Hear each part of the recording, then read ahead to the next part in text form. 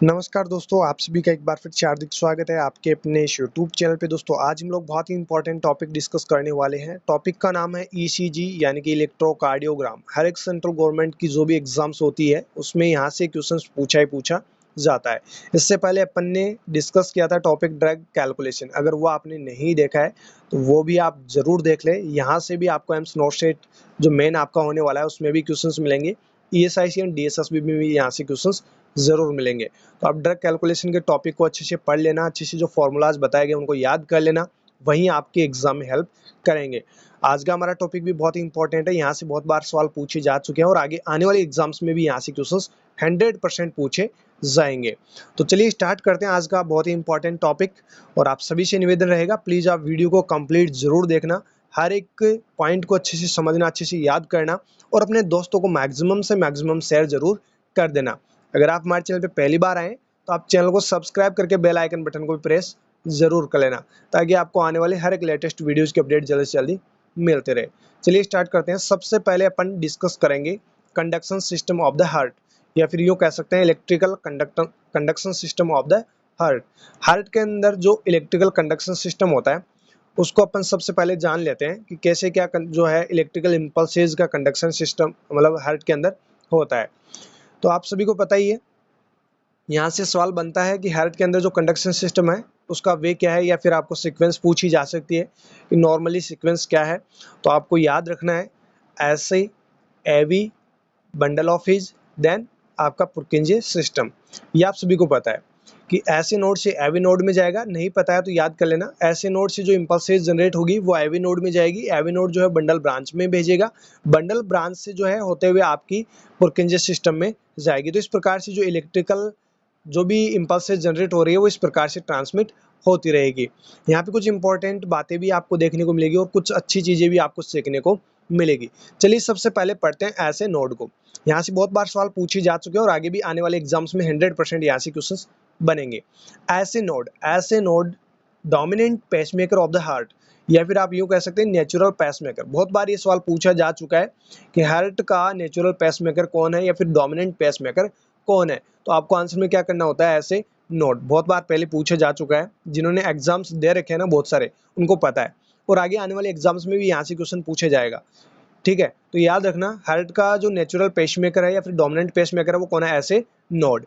Next है situation या फिर लोकेशन आपको पूछी जा सकती है। Located in upper portion of right atrium, ये पहले पूछा जा चुका है सवाल। जो ऐसे नोड होती है उसकी लोकेशन कहाँ पे या फिर कहाँ पे सिचुएटेड होता है, तो आपको आंसर में करना है राइट एट्रियम के अपर पोर्शन में।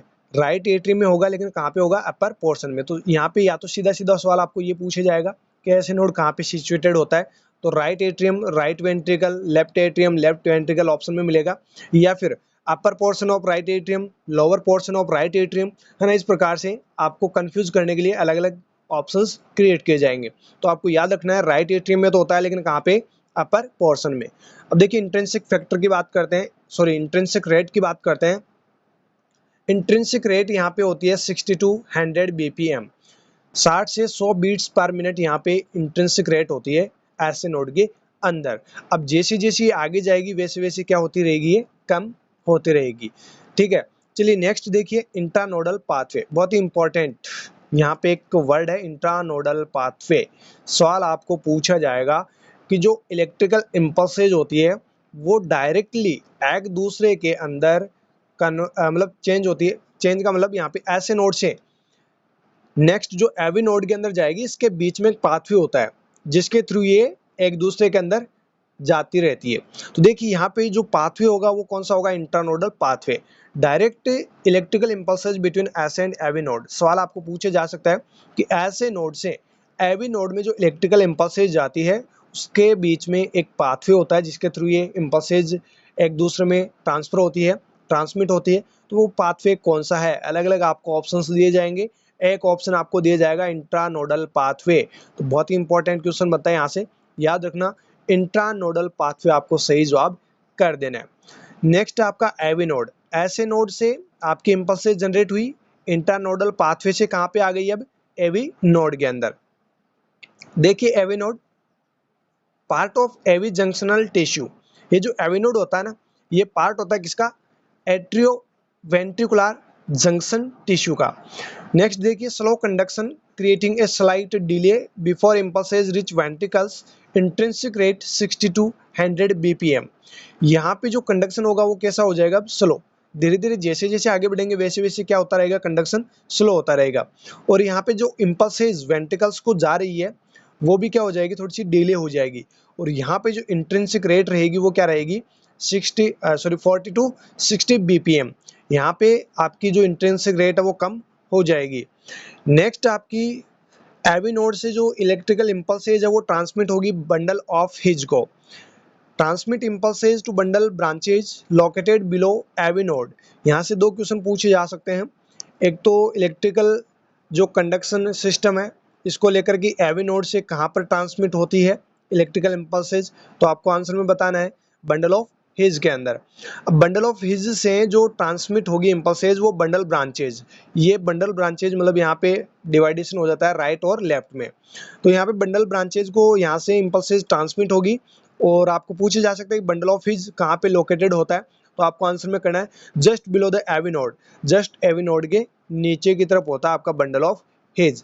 अब यहाँ से दो ब्रांच हो जाती है, एक लेफ्ट बंडल ब्रांच, दूसरी राइट बंडल ब्रांच। जो लेफ्ट बंडल ब्रांच है वो इलेक्ट्रिकल जो भी इम्पल्सेज आ रही है उनको ट्रांसमिट करती है लेफ्ट वेंट्रिकल को, और जो राइट बंडल ब्रांच है वो आपके इम्पल्सेज को ट्रांसमिट करेगी लेफ्ट राइट वेंट्रिकल के अंदर। मतलब लेफ्ट तो लेफ्ट वेंट्रिकल में, राइट जो है वो राइट वेंट्रिकल के अंदर। तो इस प्रकार से बंडल ऑफ हिज से जो इलेक्ट्रिकल इम्पल्सेज है वो ट्रांसमिट हो जाएगी। अब यहाँ से ये जो ब्रांचेज है ये ब्रांचेज आपकी इलेक्ट्रिकल इम्पल्सेज को भेजेगी कहाँ पे, पुरकिंजे सिस्टम के अंदर, यहाँ पे ये ट्रांसमिट करेगी। अब देखिए पुरकिंजे सिस्टम क्या है, network of fibres that spreads impulses rapidly through out ventricular walls located at terminal of bundle branches, intrinsic rate 20 to 40 bpm। देखिए जो पुरकिंजे सिस्टम है वो क्या है, एक प्रकार से फाइबर्स का नेटवर्क है। फाइबर्स का नेटवर्क है जहां से जो इम्पल्सेज है वो स्प्रेड आउट होती है रैपिडली, कहां पर, वेंट्रिकुलर वॉल के अंदर। यहाँ से रैपिडली जो इम्पल्सेज है वो वेंट्रिकुलर वॉल की तरफ ट्रांसमिट होती है, और ये एक प्रकार का नेटवर्क है। अब यहाँ से ये भी पूछा जा सकता है कि पुरकिंजे सिस्टम कहाँ पे होता है, तो जो बंडल ब्रांचेज है उसके टर्मिनल पार्ट में, मतलब बंडल ब्रांचेज से कनेक्टेड होता है ये, और ये सबसे लास्ट वाला पार्ट होता है पुरकिंजे सिस्टम। यहाँ पे और कम हो जाएगी आपकी इंट्रिंसिक रेट, यहाँ पे 20 से 40 बीपीएम हो जाएगी। चलिए मैं आपको इमेज में दिखाता हूँ जो हार्ट है उसमें कैसे क्या कंडक्शन होता है, वो सारी चीज़ें मैं आपको क्लियर कर देता हूँ। पहले देखते हैं रेट जो है जिसको आप पल्स कहते हैं ना, वो रेट कितनी होती है नॉर्मल। तो हार्ट की जो नॉर्मल रेट है वो आपकी पल्स रेट जो होती है वो होती है आपकी 60 से 100 बीट्स पर मिनट, ये आपकी नॉर्मल होती है। अगर 60 से कम हो जाए तो वो कंडीशन आपकी कहलाएगी ब्रेडिकार्डिया, और अगर 100 से ज़्यादा अगर पल्स हो जाए तो आपकी कंडीशन कहलाएगी टैकीकार्डिया। तो ये तो आपको पता है, बिल्कुल नॉर्मल सी बात है। अब यहाँ से देखिए जो अलग जो आपको क्वेश्चन पूछा जाता है, अभी रिसेंटली पूछा भी गया था, वो पूछा जाता है पीआर इंटरवल का टाइम और क्यूआरएस इंटरवल का टाइम। तो जो पीआर जो इंटरवल है इसका नॉर्मल ड्यूरेशन होता है, जो टाइम है वो होता है आपका 0.12 से 0.20 सेकेंड। ये नॉर्मल टाइम होता है आपका पीआर इंटरवल का, और ये कंस्टेंटली बना रहता है। नेक्स्ट है क्यूआरएस इंटरवल। क्यूआरएस इंटरवल का नॉर्मल ड्यूरेशन है, जो टाइम होता है वो होता है 0.06 से 0.10 सेकेंड। ये नॉर्मल ड्यूरेशन होता है, और यही अभी रिसेंटली नॉर्सेट में पूछा गया था, और जो बीएचयू में क्वेश्चन पूछा गया था वो अभी हम आगे देखेंगे, जो रिसेंटली बीएचयू का एग्जाम हुआ है। अब देखिए यहाँ पे एक नॉर्मल जो ईसीजी है वो आपको दिखाई गई है, और जो कंडक्शन सिस्टम है वो भी यहाँ पे दिखाया गया है। तो जो नॉर्मल ईसीजी है वो थोड़ा सा ऊपर रह गई है, उसको एक बार देखते हैं बाद में। पहले अपन कंडक्शन सिस्टम को समझते हैं। देखिए यहाँ पे बिल्कुल रंगीन पिक्चर है, अच्छे से आपको दिख जाएगी। जो आप दिल बनाते हो वैसा दिल होता नहीं है, जो दिल होता है आपका वो कुछ इस प्रकार से होता है ना, इस प्रकार से होता है आपका दिल। अब देखिए यहाँ पे ये यहाँ पर होती है आपकी ऐसे नोड, क्या होती है यहाँ पे, ऐसे नोड। नेक्स्ट यहाँ पे आपकी आ जाती है एवी नोड। अब जो ऐसे नोड और एवी नोड के बीच में जो पाथवे होता है वो होता है आपका इंट्रानोडल। कौन सा, इंट्रानोडल पाथवे। ठीक है, याद रखना, मैं फिर से आपको समझा रहा हूँ। इलेक्ट्रिकल कंडक्शन सिस्टम अपन ने पढ़ लिया है, लेकिन मैं आपको बता रहा हूँ, पिक्चर से आपको समझा रहा हूँ। यहाँ पे आपकी एसए नोड हो गई, यहाँ पे आपकी एवी नोड हो गई, एवी नोड और एसए नोड के बीच में इंटरनोडल पाथवे हो गया। अभी एवी नोड से जो इंपल्सेज जाएगी वो आपकी जाएगी बंडल ऑफ हिज में। अब देखिए यहाँ पे एक राइट की तरफ जा रही है और लेफ्ट की तरफ जा रही है, तो यहाँ पे ब्रांचेज बन गई है। तो यहाँ पे बंडल ऑफ हिज से लेफ्ट और राइट जो बंडल ब्रांचेज है उनको सप्लाई होगी, और उनको सप्लाई होगी तो ये आगे जाके जो टर्मिनल एंड्स है यहाँ पे होती है आपकी पुरकेंजे फाइबर्स। तो यहाँ पुरकेंजे जो फाइबर्स है या फिर पुरकेंजे सिस्टम है उनको जाके सप्लाई करेगी, यानी कि इम्पल्सेस को ट्रांसमिट करेगी। और ये फिर से जो है पुरकेंजे सिस्टम जो है यहाँ से ऑल ओवर यहाँ पे जो आपका सिस्टम है इसको कंप्लीटली ये सप्लाई करेगा, फिर से यहाँ से जनरेट होगी। मतलब ये कंटिन्यूसली ये इलेक्ट्रिकल इम्पल्सेस का जो मतलब जो काम है, इलेक्ट्रिकल इम्पल्सेस जो जनरेट हो रही है वो कंटिन्यूसली चलती रहती है। ठीक है, तो ये इस प्रकार से आपका जो कंडक्शन सिस्टम है वो बनता है, यानी कंडक्शन सिस्टम इलेक्ट्रिकल इम्पल्सेस का होता है। चलिए अब नॉर्मल जो ईसीजी है वो देखते हैं। यहाँ से देखिए बहुत बार सवाल पूछे जा चुके हैं। कौन से सवाल पूछे जा चुके हैं आपको पता चल ही गया होगा, नहीं चला है जो रिसेंटली अभी पास आउट हुए हैं उनको नहीं चला है, तो उनके बारे में मैं बता दूं कि जो क्वेश्चंस पूछे गए हैं वो कौन कौन से पूछे जा चुके हैं और आगे पूछे जाएंगे। देखिए ये नॉर्मल ईसीजी है जैसे कि आप यहाँ पर देख रहे हैं। बिल्कुल यहाँ पे सबसे पहली पी वेव बनती है, उसके बाद में आपका क्यूआरएस कॉम्प्लेक्स है वो बनता है, देन उसके बाद में आपकी टी वेव बनती है। ये बिल्कुल नॉर्मल सी ईसीजी है। ठीक है, अब यहाँ पे सवाल ये पूछा जाता है कि जो पी वेव है वो किसको रिप्रेजेंट कर दी है। ये पहले क्वेश्चन पूछे जा चुके हैं और आगे भी पूछे जाएंगे। तो जो पी वेव होती है आपकी वो एट्रियल डीपोलराइजेशन को रिप्रेजेंट करती है। ठीक है, उसके बाद में आपका बनता है क्यू आर एस कॉम्प्लेक्स, ये तीनों का मिलके कॉम्प्लेक्स बनता है। ये आपका कॉम्प्लेक्स कहलाता है वेंट्रिकुलर डीपोलराइजेशन। देखिए पी वेव आपका एट्रियल डीपोलराइजेशन को इंडिकेट करेगी और क्यू आर एस कॉम्प्लेक्स जो है वो आपका रिप्रेजेंट करेगा वेंट्रिकुलर डीपोलराइजेशन। दोनों में एक चीज कॉमन है, डीपोलराइजेशन। ये पी वेव जो है वो एट्रियल को और जो क्यू आर एस कॉम्प्लेक्स है वो वेंट्रिकुलर को। अब जो टी वेव है वो वेंट्रिकुलर को होगी लेकिन डीपोलराइजेशन नहीं होगी, वहां पे यहाँ पे होगी रीपोलराइजेशन, यानी कि वेंट्रिकुलर रीपोलराइजेशन को इंडिकेट करता है आपकी टी वेव। तो ये आपको पता होना चाहिए, यहाँ से बहुत बार पहले सवाल पूछे जा चुका है और आगे भी पूछा जाएगा। Atrial depolarization P wave, QRS ventricular depolarization and ventricular repolarization वो आपकी टी वेव। अभी अलग अलग जो ईसीजी फाइंडिंग है वो भी देखेंगे क्योंकि वहां से भी बहुत बार क्वेश्चंस पूछे जा चुके हैं और आगे भी पूछे जाएंगे। चलिए नेक्स्ट इमेज देखते हैं।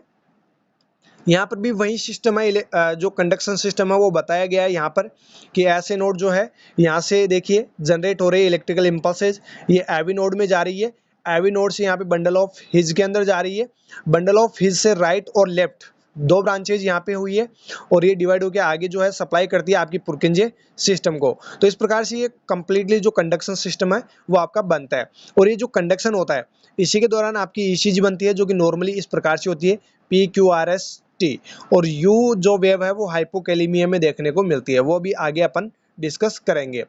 चलिए यहाँ पे ए जो है वो कंडक्शन सिस्टम ऑफ हार्ट को बता रहा है, जो बी है यानी ये जो बी वाला है ना पिक्चर, ये आपको एक रिलेशन बताया गया है ईसीजी के अंदर। ठीक है, कंडक्शन सिस्टम एंड ईसीजी जो स्ट्रिप है इसके बीच का रिलेशनशिप आपको बताया गया है। ठीक है, और जो सी है वो रिलेशनशिप है S1 and S2 heart sound जो ईसीजी स्ट्रिप पे आपको दिखाया गया है। नेक्स्ट देखिए, बहुत ही इंपॉर्टेंट सवाल है और ये सवाल मतलब सवाल नहीं है, टॉपिक है, लेकिन यहाँ से ये सवाल पूछा जा चुका है। अभी रिसेंटली जो BHU का एग्जाम हुआ है, अभी रिसेंटली की बात कर रहा हूँ यानी 2024 की, अभी जो रिसेंटली एग्जाम हुआ ना BHU का, उसमें ये सवाल पूछा गया है। अब देखिए यहाँ से क्या पूछा गया है, V1 V4 V5 इस प्रकार से लीड के नाम आपको दे रखे थे और जो इनका प्लेसमेंट होता है वो कहाँ पे होता है, इस प्रकार से आपको सवाल पूछा गया था और टेबल में ही आपको ये क्वेश्चन पूछा गया था। तो बहुत ही इंपॉर्टेंट सवाल है और आगे भी पूछा जाएगा। देखिए क्वेश्चन में क्या है, सॉरी क्वेश्चन नहीं है, अपना टॉपिक ही चल रहा है लेकिन क्वेश्चन पूछा गया ना तो क्वेश्चन बार बार याद आ रहा है। देखिए जो V1 लीड होती है उसको हम कहाँ पे प्लेस करते हैं, यहाँ पे एक पिक्चर है जहाँ पे आपको बताया गया है कि V1 से लेकर V6 को इस प्रकार से अपन अरेंज करते हैं जब ईसीजी हम किसी पेशेंट की या क्लाइंट की लेते हैं। तो पहले अपन देख लेते हैं कहाँ कहाँ पे V1 V2 V3 and V6 तक प्लेसमेंट करेंगे। V1 जो है वो फोर्थ ICS यानी intercostal space to the right of sternum. सबसे इंपॉर्टेंट बात यही है कि जो V1 लीड होती है ना वो राइट साइड में होती है, कहाँ पर लगती है, राइट साइड में, और कहाँ पे, फोर्थ आईसीएस पे लगती है, लेकिन राइट साइड में लगती है आपकी V1 लीड। इसके बाद जो भी लीड लगेगी वो सारी की सारी कहाँ पे लगेगी, लेफ्ट साइड में। अब देखिए next V2 lead, V2 lead भी फोर्थ आईसीएस पे लगेगी, लेकिन लेफ्ट साइड में लगेगी, स्टर्नम के जस्ट लेफ्ट साइड में लगेगी।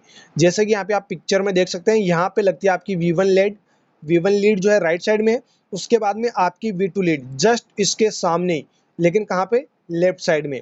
जस्ट इसके नीचे आपकी लगती है V3 लीड। कौन सी, V3 लीड, ठीक है। उसके बाद में आपकी V4 लीड, उसके बाद में V5। ये देखिए, ये एक चीज यहाँ पे आपको पता चली गई है कि जो V1 और V2 है वो तो आमने सामने होती है, राइट और लेफ्ट साइड में। जस्ट उसके नीचे आपकी V2 lead, sorry V3 lead, V3 के जस्ट नीचे V4 लीड, और V4 से जस्ट थोड़ा सा ऊपर है ना, वापस ऊपर चलेंगे ना, थोड़ी सी ऊपर जाना है, और V5 लीड यहाँ पे लगानी है। उसके जस्ट थोड़ा सा ऊपर आपको V6 लीड लगानी है। इनको लगाने के बाद आप नॉर्मल ईसीजी पेशेंट की मतलब ले सकते हैं। तो देखिए V3 जो है वो directly between V4 and V2 and V4 के जस्ट बीच में आपकी V3 आ जाएगी। V4 जो है fifth ICS left mid clavicular line, यानी फिफ्थ जो आईसीएस है और उसका जो लेफ्ट जो मिड क्लेविकुलर लाइन है, वहाँ पे आपकी जो 4 है वो लीड यहाँ पे आपको अटैच करनी है, लगानी है। देन V5 लीड जो है वो लेवल एट द V4, जो V4 है ना उसके लेवल में लगानी है, लेकिन लेफ्ट एंटीरियर जो एक्सिलरी लाइन है उस तरफ आपको लगानी है, जस्ट इसके पास में ही लगानी है, थोड़ा सा बस ऊपर की तरफ है ना। नेक्स्ट V6, ये V5 लेवल पे होती है, मतलब इसके जस्ट आसपास इसके पास में ही होती है, लेकिन ये लेफ्ट मिड एक्सिलरी जो लाइन होती है वहाँ पर आपको अटैच करनी है। तो इस प्रकार से जो लीड्स है V1 टू V6, इनको हम प्लेसमेंट इस प्रकार से करते हैं, और ये सवाल अभी रिसेंटली पूछा गया और आगे आने वाले एग्जाम्स में भी पूछा जाएगा। V1 आपकी यहाँ पे राइट साइड में, V2 जो है वो आपकी लेफ्ट साइड में, बाकी जो बच गई वो भी आपकी लेफ्ट साइड में रहेगी। तो यहाँ से जो सवाल बनता है, एक तो V4 ये मिड क्लेविकुलर लाइन के अंदर आपको अटैच करनी होती है। V5 जो है वो एंटीरियर एक्सिलरी लाइन, जो यहाँ पे डॉट डॉट करके दिखाई गई है, ये है आपकी एंटीरियर एक्सिलरी लाइन, यहाँ पे आपको प्लेस करनी होती है। और जो V6 है वो आपको मिड एक्सिलरी लाइन जो है वो आपको अटैच करनी होती है। तो यहाँ से इंपॉर्टेंट जो सवाल बनता है ना वो यही बनता है कि V1 2 एंड जो आपकी तीन V4 से V6 है, इनके बारे में सवाल पूछा जाता है। आपको ये याद जरूर रखना है, V4 मिड क्लेविकुलर लाइन होगी, लेफ्ट साइड में तो है ही, लेकिन मिड क्लेविकुलर होगी। एंड V5 जो है वो एंटीरियर एक्सिलरी लाइन होगी, और जो V6 है वो आपकी मिड एक्सिलरी लाइन पे सिचुएटेड होगी। यहाँ पर आपका मतलब जो लीड्स है उनका यहाँ पर प्लेसमेंट होगा, और यहीं से सवाल पूछा जाता है। V2 एंड V3 इनसे बहुत कम सवाल पूछे जाता है, जो आपकी V3 V4 V5 V6 जो है इनसे यहाँ से सवाल ज़्यादा पूछा जाता है। तो प्लेसमेंट को लेकर जो भी क्वेश्चन अभी BHU में पूछा गया था, ये आगे भी पूछा जा सकता है, ठीक है, ये आपको याद अच्छे से कर ही लेना है। चलिए यहाँ पे ये टॉपिक वैसे सबसे लास्ट में देना चाहिए था, लेकिन बाय मिस्टेकन ये जो है बीच में ही रह गया। चलिए कोई बात नहीं।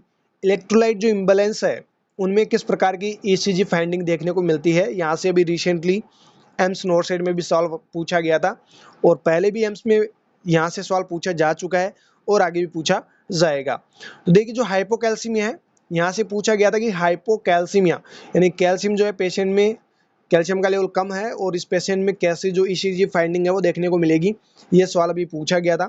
तो ध्यान रखना है, आपको याद रखना है, जो ST एंड QT सेगमेंट है, यानी ST सेगमेंट और जो QT इंटरवल है, ये दोनों ही क्या होंगे, प्रोलॉन्ग्ड होंगे, यानी बढ़े हुए मिलेंगे। अगर कैल्शियम कम होता है तो ST सेगमेंट प्रोलॉन्ग होगा, QT इंटरवल भी क्या होगा, प्रोलॉन्ग होगा।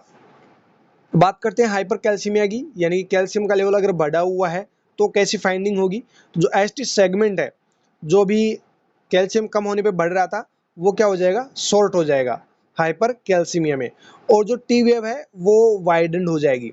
वाइडेंड T वेव है वो हाइपर कैल्सीमिया के अंदर देखने को मिलेगी। नेक्स्ट है हाइपोकैलेमिया, यहाँ से नॉर्थ साइड में पहले भी सवाल पूछा जा चुका है और बहुत सारी अलग अलग एग्जाम्स में भी पूछा जा चुका है। प्रोमिनेंट U वेव जो है वो हाइपोकैलेमिया में देखने को मिलती है। ठीक है, बाकी यहाँ पे एसटी डिप्रेशन होगा, सेलो फ्लैट और इन्वर्टेड टी वेव देखने को मिलेगी। तो प्रोमिनेंट यू वेव जो है यहाँ पे ये इंपॉर्टेंट है और हाइपोकैलेमिया में ये बहुत बार जो है क्वेश्चन पूछा जा चुका है। ठीक है, नेक्स्ट देखिए हाइपरकैलेमिया, अगर पोटेशियम का लेवल बढ़ गया है तो जो फाइंडिंग देखने को मिलेगी वो कुछ इस प्रकार की होगी। टाल पीक्ड टी वेव बढ़ी हुई होगी, फ्लैट पी वेव होगी, क्यूआरएस कॉम्प्लेक्स वाइडन होगा एंड पीआर इंटरवल बढ़ा हुआ होगा। देखिए एक इंपॉर्टेंट चीज मैं आपको फिर बता दूं, क्योंकि यहाँ से जो सवाल पूछा जाएगा ना, तो वो पूछा जाएगा कि सर यहाँ पे प्रोलॉन्ग्ड पी आर इंटरवल आ रहा है किसमें, हाइपर कैलीमिया के अंदर। पी आर इंटरवल ये बढ़ा हुआ है किसमें, हाइपर कैलीमिया में, लेकिन हाइपोकैल्सीमिया में क्यूटी इंटरवल बढ़ता है। ठीक है, पी आर नहीं बढ़ता है। कभी हो सकता है यहाँ से यही क्वेश्चन पूछ ले हाइपोकैल्सीमिया का और ये ऑप्शन भी डाल दे, तो आपको कंफ्यूज नहीं होना है। वहाँ पे क्यूटी इंटरवल बढ़ता है और हाइपरकैलेमिया में पीआर इंटरवल बढ़ता है। नेक्स्ट देखिए हाइपोकैल्सीमिया, सॉरी हाइपोमैग्नीशियमिया। हाइपोमैग्नीशियमिया, मैग्नीशियम अगर कम हुआ है तो टी वेव जो है वो टाल होगी एंड एस टी सेगमेंट जो है वो डिप्रेस होगा।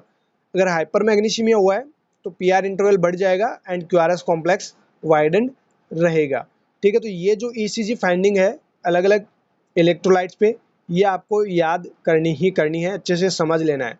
यहाँ से आप इसका स्क्रीनशॉट ले सकते हैं, ये यहाँ से आप स्क्रीनशॉट ले लीजिए ताकि आपको याद रह सके इलेक्ट्रोलाइट इम्बैलेंस के अंदर किस प्रकार की ईसीजी फाइंडिंग देखने को मिलती है। यहाँ से आप स्क्रीनशॉट ले लीजिए। नेक्स्ट देखते हैं एबनॉर्मल जो ईसीजी फाइंडिंग है और नॉर्मल जो ईसीजी फाइंडिंग है वो कैसे देखने को मिलती है, एबनॉर्मल कैसे देखने को मिलेगी। यहाँ से भी सवाल पूछा गया था अभी नॉर्थ सेट में। तो करीबन ईसीजी से 3 क्वेश्चंस अभी प्री नॉर्थ सेट में पूछे गए थे। एक क्वेश्चन बीएचयू में जो मैंने आपको अभी रिसेंटली बताई दिया है। देखिए यहाँ पे सबसे पहले normal finding, normal sinus rhythm. सबसे पहले आपकी नॉर्मल साइनस रिदम, जो नॉर्मल ईसीजी फाइंडिंग होगी वो कुछ इस प्रकार से होगी। ये है आपकी नॉर्मल साइनस फाइंडिंग, यानी जो रेट होगी वो 60 से 100 बीपीएम होगी, यानी कि नॉर्मल होगी। रिदम जो है वो बिल्कुल रेगुलर होगी एंड पी वेव जो है वो भी आपकी नॉर्मल होगी। क्यू आर इंटरवल जो है वो भी आपका नॉर्मल होगा 0.12 से 0.20 सेकेंड, और जो क्यू आर एस कॉम्प्लेक्स है वो भी आपका नॉर्मल रहेगा 0.06 से 0.10 सेकेंड। तो ये तो है आपकी बिल्कुल नॉर्मल ईसीजी। ध्यान रखिएगा इस प्रकार की ईसीजी की स्ट्रिप अगर आपके पास में आती है, समझ जाना कि ये क्या है, बिल्कुल नॉर्मल है। चलिए नेक्स्ट बात करते हैं एबनॉर्मल की। अब जो भी ईसीजी फाइंडिंग होगी वो सारी की सारी एबनॉर्मल होगी। ये अच्छे से आपको याद करनी है, अच्छे से अपने दिमाग में बिठा लेनी है। ठीक है, साइनस ब्रेडिकार्डिया, इस प्रकार की इमेज अगर आपको दिखाई जाती है तो आपको आंसर में क्या करना है, साइनस ब्रेडिकार्डिया। इसमें हो क्या रहा है, साइनस ब्रेडिकार्डिया में रेट जो है वो कम हो रही है, यानी कि ब्रेडिकार्डिया वर्ड से ही पता चल रहा है, ब्रेडिकार्डिया मतलब 60 से कम इसमें रेट हो जाएगी। नेक्स्ट रिदम जो है, रिदम आपकी बिल्कुल रेगुलर रहेगी इसमें, और जो पी वेव है वो भी नॉर्मल रहेगी एंड पी आर है वो भी आपका नॉर्मल रहेगा, क्यू आर एस ये भी आपका नॉर्मल रहेगा। मतलब एवरीथिंग, सब कुछ यहाँ पे नॉर्मल जैसी ईसीजी ही रहेगी, लेकिन जो रेट है वो स्लो हो जाएगी, यानी 60 बीपीएम से कम हो जाएगी। ठीक है, रेट इसमें कम होगी, बाकी की और सारी चीज़ें जो भी है वो सारी की सारी नॉर्मल फाइंडिंग रहेगी साइनस ब्रेडिकार्डिया में। तो ये आप पिक्चर जो है वो दिमाग में बिठा लेना, ये है आपकी साइनस ब्रेडिकार्डिया की ईसीजी स्टेप। नेक्स्ट देखिए साइनस टैकीकार्डिया। यहाँ पे है साइनस टैकीकार्डिया, यानी कि ऑलमोस्ट जो भी है rhythm, P wave, P R and Q R S complex, ये सारी की सारी नॉर्मल रहेगी। यहाँ पर टैकीकार्डिया है, यानी कि जो रेट है वो 100 बीपीएम से ज़्यादा रहेगी। ठीक है, तो इस प्रकार की ईसीजी फाइंडिंग देखने को मिलेगी। नॉर्मल जो ईसीजी फाइंडिंग बन रही थी वो नहीं बनेगी, क्योंकि रेट जो है वो बहुत ज़्यादा बढ़ी हुई है, तो थोड़ा सा फास्टली जो है ईसीजी में आपको ये फाइंडिंग देखने को मिलेगी। तो ये है साइनस टैकीकार्डिया। जब भी ऐसी पिक्चर दी जाए तो आप समझ जाना कि ये साइनस टैकीकार्डिया को इंडिकेट कर रही है। साइनस टैकीकार्डिया आप यहाँ पे आंसर कर देना। नेक्स्ट स्टेप देखते हैं एट्रियल टैकीकार्डिया। यहाँ पर भी टैकीकार्डिया ही हो रहा है, लेकिन आर्ट्रियल हो रहा है। ठीक है, एट्रियल टैकीकार्डिया हो रहा है। देखिए यहाँ पे क्या क्या आपको एबनॉर्मल देखने को मिलेगा। देखिए यहाँ पे रेट जो है वो बहुत ज़्यादा बढ़ गई है, कितनी 152 टू 50 बीपीएम। तो देखिए नॉर्मल 60 से 100 होती है, 60 से कम हो गई ब्रेडिकार्डिया एंड 100 से ज़्यादा हो गई टेकिकार्डिया। तो यहाँ पे तो 100 से भी बहुत ज़्यादा है, 150 से लेकर 250 बीपीएम तक यहाँ पर रेट होती है। और आपको पता ही है अगर रेट ज़्यादा बढ़ेगी तो ईसीजी में जो फाइंडिंग आएगी वो थोड़ी पास पास में आएगी, है ना। पूरा जो प्रॉपरली ईसीजी में नॉर्मल फाइंडिंग जो बननी चाहिए वो नहीं बनेगी, ये थोड़ी सी फास्टली चलेगी ईसीजी, ठीक है। तो यहाँ पे रेट जो है वो 150 से 250 बीपीएम रहेगी, रिदम बिल्कुल रेगुलर रहेगी। बाकी जो है लगभग जो है पी वेव है, पीआर इंटरवल है, क्यूआरएस इंटरवल है, ये सब कुछ जो है नॉर्मली रहेगा। जो पीआर इंटरवल है वो थोड़ा सा बढ़ सकता है, मे बी कम भी हो सकता है। अगर रैपिड रेट है तो इसमें थोड़ा सा पीआर इंटरवल जो है वो थोड़ा सा शॉर्ट हो जाएगा, बाकी जो है नॉर्मल फाइंडिंग रहेगी, ठीक है। पिक्चर देख लो अच्छे से, दिमाग में बिठा लो, ये है एट्रियल टैकीकार्डिया। नेक्स्ट पिक्चर देखिए, ये भी टैकीकार्डिया ही है लेकिन सुप्रा वेंट्रिकुलर टैकीकार्डिया है। यहाँ पर भी रेट वही रहेगी 150 से 250 बीपीएम। रिदम आपकी रेगुलर रहेगी। पीवीएफ जो है वो frequently buried in preceding T wave and difficult to see। मतलब जो टी वेव है ना, ये पी के अंदर आपकी यानी पी वेव में लगभग ये जो है पी वेव ये टी वेव के अंदर थोड़ी सी मतलब यूं कह सकते हैं कि मर्ज हो जाएगी, और टी वेव को जो है इनको पहचानना आपको क्या हो जाएगा, मुश्किल हो जाएगा। यहाँ पर आप देख सकते हैं नॉर्मली जो ईसीजी अपन ने देखी है ये पी वेव, ठीक है, ये क्यूआरएस कॉम्प्लेक्स, ठीक है। ये थोड़ा सा पिक्चर सही नहीं बनी, चलिए ये आपकी पी वेव, ठीक है, ये आपका क्यूआरएस कॉम्प्लेक्स, यहाँ पे आपकी टी वेव। अब ये नॉर्मल है, ये आगे इस प्रकार से चलनी चाहिए, लेकिन यहाँ पर आप देख सकते हैं जो पी वेव जो ब्यूरिड हो रही है टी वेव के अंदर, यहाँ पर देखिए P wave and T wave दोनों एक प्रकार से मतलब मर्ज सी हो रखी है, तो आपको पता ही नहीं चल रहा है कि टी वेव यहाँ पे है या नहीं है। तो ये आपको देखने को मिलता है ऐसी फाइंडिंग सुप्रावेंट्रिकुलर टेकिकार्डिया के अंदर। तो T wave and P wave दोनों क्या हो रही है, यहाँ पे मर्ज हो रही है। पीआर इंटरवल की बात करते हैं तो इसको मेजरमेंट करना पॉसिबल नहीं है पीआर इंटरवल को, क्योंकि P wave and T wave दोनों मर्ज हो रखी है, तो यहाँ पे पॉसिबल है ही नहीं इनको मेजर करना। क्यूआरएस कॉम्प्लेक्स वो आपका नॉर्मल रहेगा, क्यूआरएस जो बन रहा है ना ये तो बिल्कुल नॉर्मल है, ठीक है। यहाँ पे पी एंड टी वेव दोनों मर्ज मिलेगी, किसमें, सुप्रावेंट्रिकुलर टैकीकार्डिया में। तो एसवीटी जब भी पूछे तो ये सी फाइंडिंग आपको देखने को मिलेगी। नेक्स्ट देखिए एट्रियल फ्लैटर। एट्रियल फ्लैटर यानी कि बहुत ज़्यादा यहाँ पे रेट हो जाएगी, देखिए या तो कम होगी या फिर ज़्यादा होगी। अब देखिए फ्लैटर वेव्स, यहाँ पे जो वेव्स है, ये जो क्यूआरएस कॉम्प्लेक्स है ये तो आपका बिल्कुल नॉर्मल है, लेकिन पी वेव टी वेव जो भी यहाँ पे दिख रही है ये लगभग आप यूँ कह सकते हैं सॉ टूथ सेफ, है ना, मतलब जो आपके टीथ होते हैं उस प्रकार की यहाँ पे फाइंडिंग्स देखने को मिल रही है। देखिए रेट जो है वो 250 से 350 बीपीएम हो जाएगी। वेंट्रिकुलर जो रेट होगी वो स्लो भी हो सकती है और फास्ट भी हो सकती है, लेकिन जो एट्रियल रेट होगी ना वो बढ़ी हुई ही होगी, 250 से 350 बीपीएम। अगर रेट एट्रियल रेट आ रही है मतलब पेशेंट को क्या हो रहा है, एट्रियल फ्लैटर। क्योंकि यहाँ से ये सवाल भी पूछे जाते हैं कि रेट जो है पेशेंट के आपने ईसीजी ली और रेट जो है 250 से 350 बीपीएम फाइंडिंग हुई, एंड पीआर इंटरवल जो है वो थोड़ा सा वेरिएबल मिला, क्यूआरएस नॉर्मल है। अब बताइए इस पेशेंट को क्या हो सकता है, इस प्रकार से भी सवाल बहुत बार पूछे जा चुके हैं। पहले जो पिछले एग्जाम्स हो चुके हैं उनमें ऐसे सवाल भी पूछे जा चुके हैं, इसलिए पिक्चर के साथ साथ में जो फाइंडिंग है ना वो मैंने आपको और बताई है। यहाँ से सवाल बनेंगे, 100% बनेंगे, और आपके गलत नहीं होंगे। क्यों नहीं होंगे, क्योंकि आप पढ़ रहे हैं, आपको याद भी रखना है, पढ़ना ही नहीं है आपको याद भी रखना है, तभी आप क्वेश्चन को सही कर पाओगे। आप पढ़ रहे हो, पिक्चर को यूँ समझ रहे हो, चलिए पिक्चर तो आपको समझ में आ जाएगी, मतलब याद रह जाएगी कि ऐसी फाइंडिंग मतलब ये एट्रियल फ्लटर में होती है। लेकिन ये जो फाइंडिंग है ना कि रेट जो है 250 से 350 एट्रियल में हो रही है, एंड जो पी वेव है वो शॉर्ट टूथ अपीयर्ड है, एंड क्यूआरएस कॉम्प्लेक्स नॉर्मल है, तो बताइए ये किस फाइंडिंग को कौन सी ईसीजी को इंडिकेट कर रही है, किस टाइप की ईसीजी को इंडिकेट कर रही है। फिर आपके क्या हो जाएंगे, हाव भाव बदल जाएंगे, यानी जो क्वेश्चन जो आपको आ रहा था ना वो क्या हो जाएगा, आपका गलत हो जाएगा। ये यहाँ पे इंपॉर्टेंट जो पॉइंट्स है ना वो ये है, एयरटेल जो रेट है वो बढ़ जाएगी, एंड शॉर्ट टूथ अपीयर, जब भी आपको क्वेश्चन पूछा जाएगा ना शॉर्ट टूथ अपीयरेंस अगर ईसीजी फाइंडिंग में दिख रही है तो आप आंसर में कर देना एयरटेल फ्लैटर। तो यहाँ पे जो पी वेव है वो फ्लैटर वेव में नजर आएगी एंड सॉ टूथ अपीयरेंस यहाँ पे रहेगी। रिदम जो है वो वेरिएबल रहेगी या रेगुलर रह सकती है, बट वेरिएबल यहाँ पे ऑलमोस्ट हाई दिख रहा है। एंड पी आर इंटरवल है, ये भी वेरिएबल है, ठीक है। एंड क्यू आर एस जो है वो तो आपका नॉर्मल यहाँ पे बन ही रहा है, तो इसमें तो कोई ज़्यादा चेंजेस हुआ नहीं है क्यू आर एस में। तो बाकी जो है आपको इस प्रकार से जो भी फाइंडिंग दिखाई देगी वो है आपकी एट्रियल फ्लैटर, जिसको ए फ्लैटर भी पूछा जा सकता है, यानी ए फ्लैटर के नाम से भी आपको क्वेश्चन पूछा जा सकता है। सॉ टूथ अपीयरेंस, ये इंपॉर्टेंट पॉइंट है, यहाँ पे इसको स्टार कर लेना, अच्छे से याद कर लेना, ये एट्रियल फ्लैटर में देखने को मिलता है। नेक्स्ट ईसीजी फाइंडिंग देखिए, एट्रियल फिब्रिलेशन, ए फिब, जिसको शॉर्ट में कहते हैं ए फिब। एट्रियल फिब्रिलेशन में क्या होता है, इरेगुलर आर आर इंटरवल, जो आर आर इंटरवल होता है ना वो इरेगुलर होता है। देखिए यहाँ पे रेट जो है, एट्रियल फिब्रिलेशन हो रहा है यानी कि रेट तो बढ़ी हुई होगी।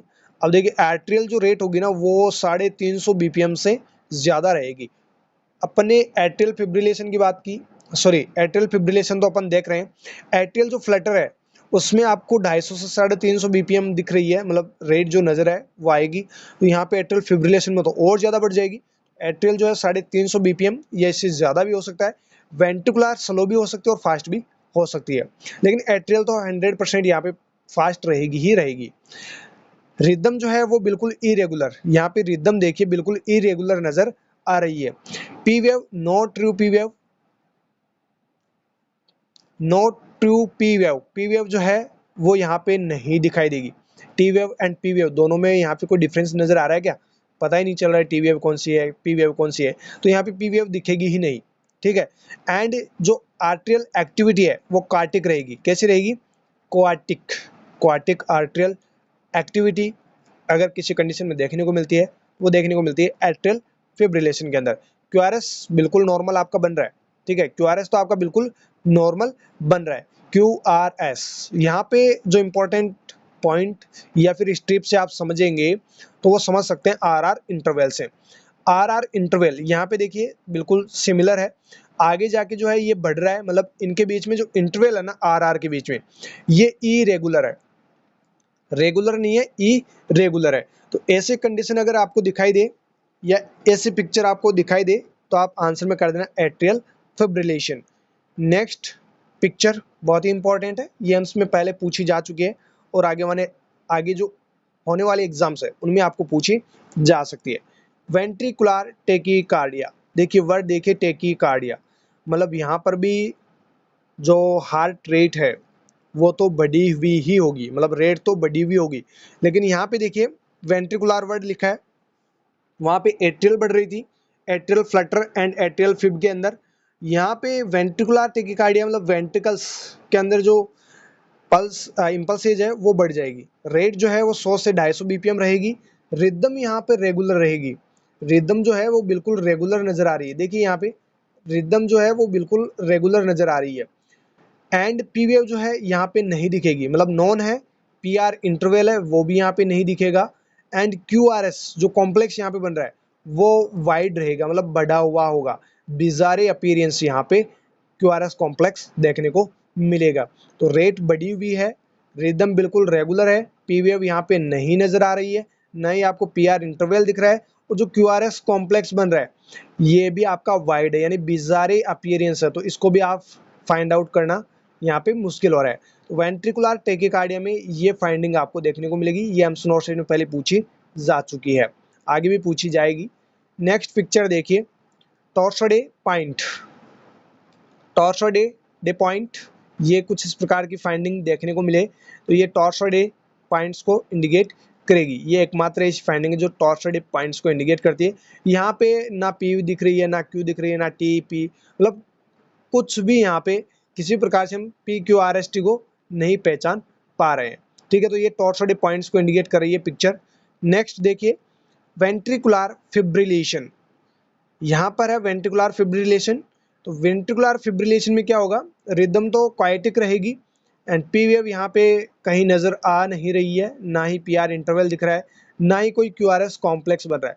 मतलब P wave Q R P R interval QRS यानी PQRST जो भी है ना, कुछ नहीं दिखाई दे रहा है यहाँ पे।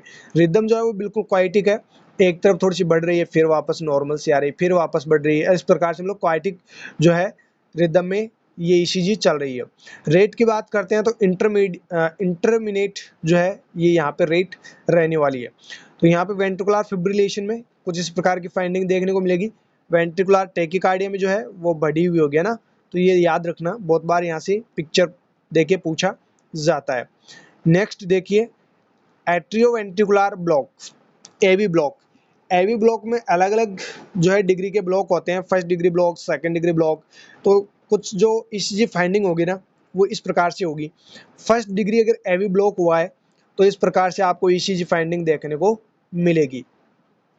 देखिए यहाँ पे ये आपकी पी वेव, यहाँ पे ये QRS, ये यहाँ पे टी वेव, फिर यहाँ पे पी वेव, फिर QRS कॉम्प्लेक्स, फिर यानी कि ये तीनों चीजें आपको यहाँ पे नजर आ रही है।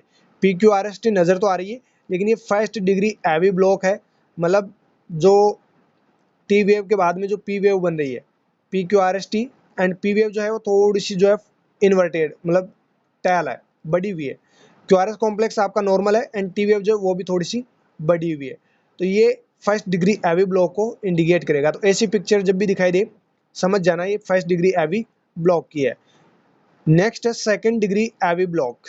सेकंड डिग्री जो एवी ब्लॉक है ना, इसके अंदर दो टाइप होते हैं, type first and type second. Morbids first, type first को कहते हैं, टाइप सेकंड को मॉर्बिड्स सेकंड कहते हैं।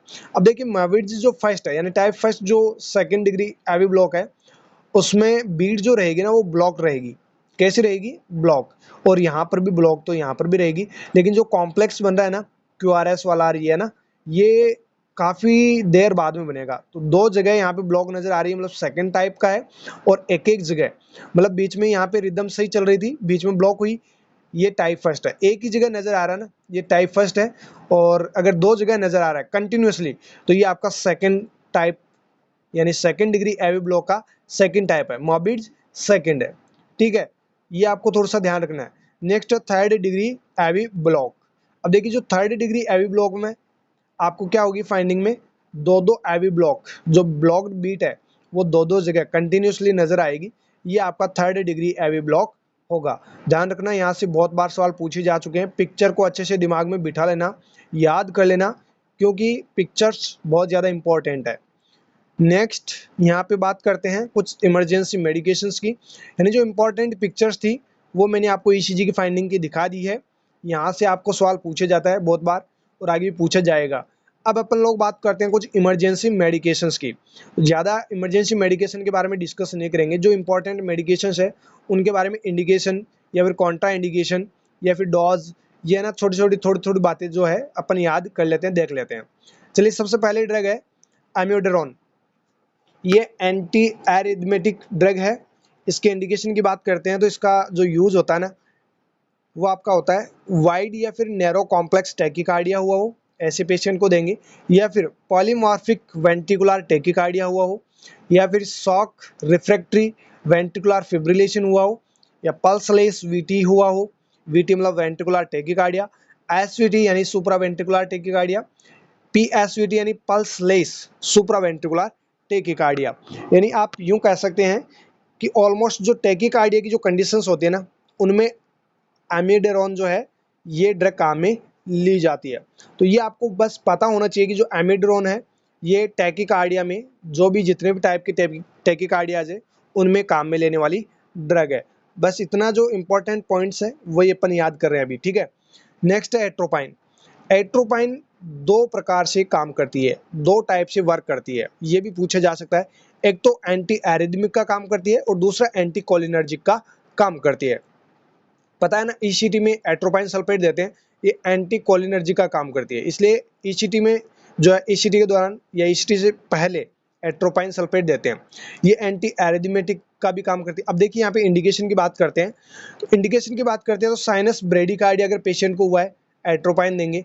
एसिस्टोल, बिल्कुल मतलब एसिस्टोल का मतलब है बिल्कुल सीधी लाइन ईसीजी की आ रही है, ऐसे कंडीशन में अपन एट्रोपाइन सल्फेट जो है वो देंगे पेशेंट को। PEA की कंडीशन हो रखी है विथ रेट 60 BPM हो रखी है। पल्सलेस इलेक्ट्रिकल जो कंडीशन है, एस सिस्टोल की कंडीशन है, पीईए यानी पल्सलेस इलेक्ट्रिकल एस सिस्टोल। तो ऐसे कंडीशन में भी हम क्या देंगे, एट्रोपाइन। यानी कुल मिला के बात यह है ब्रेडिकार्डिया की, ब्रेडिकार्डिया हुआ या फिर एस सिस्टोल हुआ, बिल्कुल सीधी लाइन आ रही हो, तो इस कंडीशन में अपन क्या देंगे, एट्रोपाइन सल्फेट ड्रग देंगे। अभी देखिए यहाँ पे एक जो इंपॉर्टेंट पॉइंट बनता है वो बनता है आपका कॉन्ट्रा इंडिकेशन का, और यहाँ से पहले भी एम्स नॉर्थ साइड में सवाल पूछे जा चुके हैं, और आपकी एएसआईसी डीएसएसबी और एम्स जो नॉर्थ साइड मेन होने वाला है वहां पर भी यहाँ से सवाल देखने को मिल सकते हैं। देखिए किस कंडीशन में नहीं देना है, एक तो एट्रियल फ्लटर हो रखा हो या फिर एट्रियल फिब्रिलेशन हो रखा हो, ऐसी कंडीशन में एट्रोपाइन नहीं देंगे, और ना ही ग्लूकोमा और अस्थमा के पेशेंट को एट्रोपाइन सल्फेट देंगे। एट्रोपाइन सल्फेट किस किस कंडीशन में नहीं देनी है ये आपको याद जरूर रख लेना है, क्योंकि यहाँ से पहले सवाल पूछा जा चुका है और आगे भी पूछा जाएगा। Atrial fibrillator, atrial flutter, glaucoma and asthma, इन कंडीशंस में आपको एट्रोपाइन नहीं देनी है, ठीक है। नेक्स्ट अपन ड्रग की बात करते हैं, ये इमरजेंसी ड्रग्स अपन पढ़ रहे हैं। नेक्स्ट ड्रग है डाइजोक्सिन, वेरी वेरी इंपॉर्टेंट, यहाँ से भी सवाल बनता है। डाइजोक्सिन हार्ट फेल्योर के पेशेंट को देते ही हैं, और अभी भी सवाल पूछे गए थे और आगे भी पूछे जाएंगे कि हार्ट फेल्योर के पेशेंट को डाइजोक्सिन दे रहे हैं, और ये किस प्रकार की एक्टिविटी करती है, फिर किस प्रकार से एक्ट करती है। तो आपको सवाल में दिया जाएगा आइनोट्रोपिक, यानी जो डाइजोक्सिन है इसका काम है एक तो आइनोट्रोपिक का, दूसरा anti arrhythmic. Anti arrhythmic patient में ये मतलब एरिथमिया के ट्रीटमेंट के लिए हम काम में लेते हैं, तो एंटी एरिथमेटिक एंड आइनोट्रोपिक दोनों ही काम होते हैं डाइजोक्सिन के। इंडिकेशंस की बात करते हैं तो too slow ventricular response in and a fibrillate arterial fibrillation and atrial flutter as a positive inotrope in CHF and ventricular edema। देखिए पॉजिटिव मतलब आइनोट्रोप का काम करती है, ये कंजेस्टिव हार्ट फेलियर में डाइजोक्सिन देते हैं, पल्मोनरी एडिमा हुआ हो उस कंडीशन में भी देते हैं, and atrial fibrillation and atrial Flutter के कंडीशन में हम डाइजोक्सिन जो है वो देते हैं। तो ये इसका इंडिकेशन है। Atropine atrial fibrillation and Flutter में क्यों नहीं दे रहे हैं, क्योंकि यहाँ पे जो है ब्रेडिकार्डिया कंडीशन में हो रहा है, इसलिए हम नहीं दे रहे हैं। नेक्स्ट है डोपामाइन, नेक्स्ट ड्रग है डोपामाइन। तो डोपामाइन आइनोट्रोपिक का भी काम करती है और वेसोप्रेशर का काम भी करती है। इंडिकेशंस की बात करते हैं तो symptomatic bradycardia and hypotension and cardiogenic shock, in conditions में हम डोपामाइन काम में लेते हैं। देखिए कार्डियोजेनिक शॉक में डोपामाइन देंगे, हाइपोटेंशन हुआ है या फिर सिम्टोमेटिक ब्रेडिकार्डिया हुआ है उस कंडीशन में भी हम डोपामाइन देंगे। नेक्स्ट है एपिनेफ्रिन, एड्रिनलिन, ये एड्रिनर्जिक एगोनिस्ट होती है, ठीक है, और ये इंपॉर्टेंट ड्रग है जहां से बहुत बार सवाल पूछे जा चुके हैं और आगे भी पूछे जाएंगे। इंडिकेशंस की बात करते हैं तो कार्डियक अरेस्ट में काम में लेते हैं। एसिस्टोल हुआ है, पल्सलेस वीटी यानी वेंट्रिकुलर टेकिकार्डिया, वेंट्रिकुलर फिब्रिलेशन, लेकिन ये यहाँ पे पल्सलेस है, पल्सलेस वीटी वीएफ में काम में लेंगे, एसिस्टोल में काम लेंगे। हाइपोटेंशन, सीवियर हाइपोटेंशन हुआ है उस कंडीशन में काम में लेंगे। सिम्टोमेटिक ब्रेडिकार्डिया हुआ है, एनाफाइलेक्सिस, एनाफाइलेक्टिक रिएक्शन में भी हम एपिनेफ्रिन काम में लेते हैं, पता ही है। सीवियर एलर्जिक रिएक्शन बोल दीजिए या फिर एनाफाइलेक्सिस बोल दीजिए, इन कंडीशंस में हम क्या लेते हैं, एपिनेफ्रिन काम में लेते हैं। नेक्स्ट यहाँ पे डोज की बात करते हैं, अगर कार्डियक अरेस्ट हुआ है तो 1 mg IVP जो है वो हम ड्रग देंगे। बात करते हैं रेशियो के अंदर तो 10 ml of 1000 sorry 1 ratio 10,000 solution के अंदर हम ये काम में लेंगे एवरी 3 से 5 मिनट के अंदर।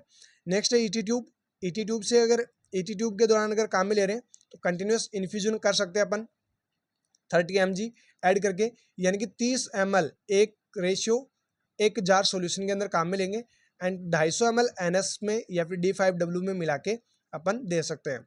नेक्स्ट प्रोफाउंड ब्रेडिकार्डिया या फिर हाइपोटेंशन हुआ है, 2 से 10 माइक्रोग्राम पर मिनट IV देना है और ऐड करना है, मतलब 1 mg 1 से 1,000 सॉल्यूशन के अंदर, ठीक है, to 500 ml NS and D5W and infuse 1 to 5 ml पर मिनट, 1 से 5 ml पर मिनट इन्फ्यूज करेंगे 500 ml NS या D5W के अंदर मिलाकर। तो 2 से 10 माइक्रोग्राम प्रोफाउंड ब्रेडिकार्डिया हाइपोटेंशन में हम देंगे। नेक्स्ट है एनाफाइलेक्सिस या अस्थमा में, तो एनाफाइलेक्सिस हुआ या फिर अस्थमा हुआ है तो उस कंडीशन में 0.1 से 0.5 mg सब क्यूटेनियस और IM। अभी मैंने रिसेंटली सवाल भी आपको पूछा था टेलीग्राम चैनल के अंदर, जिनको क्वेश्चन नहीं मिला है वो टेलीग्राम पे जाए और सर्च करे नर्सिंग चैलेंजर्स और वहाँ पे अपने आप को ऐड कर ले। वहाँ पे मैंने आपको क्वेश्चन पूछा था कि एक बच्चे को अस्थमा हुआ है, एपिनेफ्रिन दिया जाना है, यानी एपिनेफ्रिन आप एडमिनिस्टर करने वाले एज ए नर्सिंग ऑफिसर, बताइए किस रूट से आप देंगे। तो वहाँ पे आपको सही जवाब करना है सबक्यूटेनियस।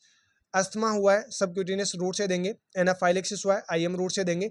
1:1 जार सॉल्यूशन में देना है और 5 से 15 मिनट जो है एवरी 5 से 15 मिनट में हम दे सकते हैं। नेक्स्ट देखिए फ्रूसामाइड, जो कि लासिक्स इसका ब्रांड नेम है और ये डाययूरेटिक यानी लूप डाययूरेटिक का काम करती है। इंडिकेशन की बात करते हैं, CHF कंजेस्टिव हार्ट फेल्योर, जो कंजेस्टिव हार्ट फेल्योर है उसमें काम में लेते हैं। और अभी रिसेंटली यहाँ से सवाल भी पूछा गया था, फ्रूसामाइड देते हैं तो ये क्या करती है, जो कार्डियक वर्कलोड है उसको कम कर देती है, ठीक है, और ये यूरिनरी आउटपुट को बढ़ा देती है। Congestive heart failure and with acute अगर पल्मोनरी एडिमा हुआ है उस कंडीशन में देंगे। हाइपरटेंशन या फिर हाइपरटेंसिव क्राइसिस हुआ है उस कंडीशन में हम फ्रूसामाइड देते हैं। या फिर आप यूँ कह सकते हैं कि बीपी किसी का बढ़ा हुआ है, बहुत ज़्यादा बढ़ा हुआ है, यानी कि मान लीजिए 210/120 आ रहा है या फिर 190 जो है 110 आ रहा है, इस प्रकार से अगर बीपी आ रहा है तो फ्रूसामाइड दे दीजिए उसको, 10-15 मिनट में उसको थोड़ा सा रिलैक्स हो जाएगा। यानी कि जब ये बार बार जो है यूरिनेट करेगा पेशेंट तो उससे क्या हो जाएगा, ब्लड प्रेशर थोड़ा सा ड्रॉप डाउन हो जाएगा, ठीक है। तो हम हाइपरटेंसिव क्राइसिस में देते हैं, पोस्ट अरेस्ट सेरिब्रल एडिमा में देते हैं, हेपेटिक एंड रीनल डिजीज के अंदर भी जो है फ्रूसामाइड काम में लेते हैं। नेक्स्ट है लिडोकैन, ये एंटी एरिथमिक या एनेस्थेटिक का काम करती है, लिडोकैन एनेस्थेटिक भी काम करती है। इंडिकेशंस की बात करते हैं तो VF and pulseless VT, stable VT, wide complex PSVT में काम में लेते हैं। नाइट्रोग्लिसरिन सबलिंगुअल रूट से दी जाने वाली ड्रग है और हम 15 मिनट के अंदर 3 ड्रग दे सकते हैं, उसके बाद में अपन को नहीं देना है, यानी 5-5 मिनट से दे सकते हैं। ये एंटी एंजाइनल एंड नाइट्रेट दोनों काम करती हैं। और बात करते हैं इंडिकेशन की तो angina CHF associated with acute MI and hypertensive crisis, in conditions में हम नाइट्रोग्लिसरिन काम में लेते हैं। नेक्स्ट है ऑक्सीजन, जो कि गैस आती है, ऑक्सीजन गैस फॉर्म में होती है, आपको पता ही है। इसके बारे में तो अपन अलग से एक टॉपिक पढ़ेंगे पूरा, लेकिन यहाँ पे थोड़ा सा ये समझ लीजिए कि जो ऑक्सीजन है वो हम कार्डियो पल्मोनरी जो इमरजेंसीज होती है उनमें काम में लेते हैं। ये भी एक इमरजेंसी है, क्योंकि इमरजेंसी में गैस जो ऑक्सीजन है वो पेशेंट को दी जाती है। Cardiopulmonary emergency with shortness of breath and chest pain and cardiac and respiratory arrest, in conditions में हम ऑक्सीजन देते हैं। डोज की बात करते हैं तो नेजल कैनुला से 1 से 6 लीटर पर मिनट दिया जाता है और जो रेशियो होता है वो ऑक्सीजन का 24 से 44 यानी 24 से 44% ऑक्सीजन रेशियो होता है यहाँ पे। एंड वेंचुरी मास्क से 4 से 8 लीटर पर मिनट दे सकते हैं, 24 से 40% यहाँ पे ऑक्सीजन का रेशियो होता है। नेक्स्ट है सिंपल मास्क, ये 5 से 8 लीटर पर मिनट देंगे, 40 से 60% होगा। नेक्स्ट है पार्शियल रीब्रीदर मास्क, ये 6 से 15 लीटर पर मिनट देते हैं और ऑक्सीजन यहाँ पे होता है 35 से 60%, 6 से 15 लीटर पार्शियल रीब्रीदर से। और सबसे ज़्यादा यानी मैक्सिमम जो हम देते हैं ऑक्सीजन वो देते हैं नॉन रीब्रीदर मास्क से, 6 से 15 लीटर पर मिनट। और यहाँ पे जो ऑक्सीजन का रेशियो होता है, लेवल होता है, वो 60 से 90% तक होता है। और अगर इससे भी ज़्यादा देना हो तो बैग वाल मास्क आता है, वो 15 लीटर पर मिनट जो है इससे हम सप्लाई कर सकते हैं, यानी 100% ऑक्सीजन हम पेशेंट को दे सकते हैं। तो ये था दोस्तों ECG का टॉपिक, और कुछ इमरजेंसी ड्रग भी आ गई जो कि आपकी हेल्प करेगी आपकी एवरी कॉम्पिटिटिव एग्जाम में। तो ये था आपका आज का अपना टॉपिक। आगे कुछ नॉर्सेट मेंस के लिए इंपॉर्टेंट क्वेश्चंस हम आप लोगों के साथ शेयर करेंगे, तो आप सभी लोग उन सेशंस को भी अटेंड करना, और जो DSSB ESIC की तैयारी कर रहे हैं वो भी अटेंड जरूर कर लेना, क्योंकि इंपॉर्टेंट क्वेश्चंस होंगे तो वो आपके काम में आएंगे ESIC एंड DSSB की एग्जाम में। तो फिर मिलते हैं दोस्तों नए वीडियो के साथ, तब तक आप हमारे साथ बने रहिएगा। Thank you so very much.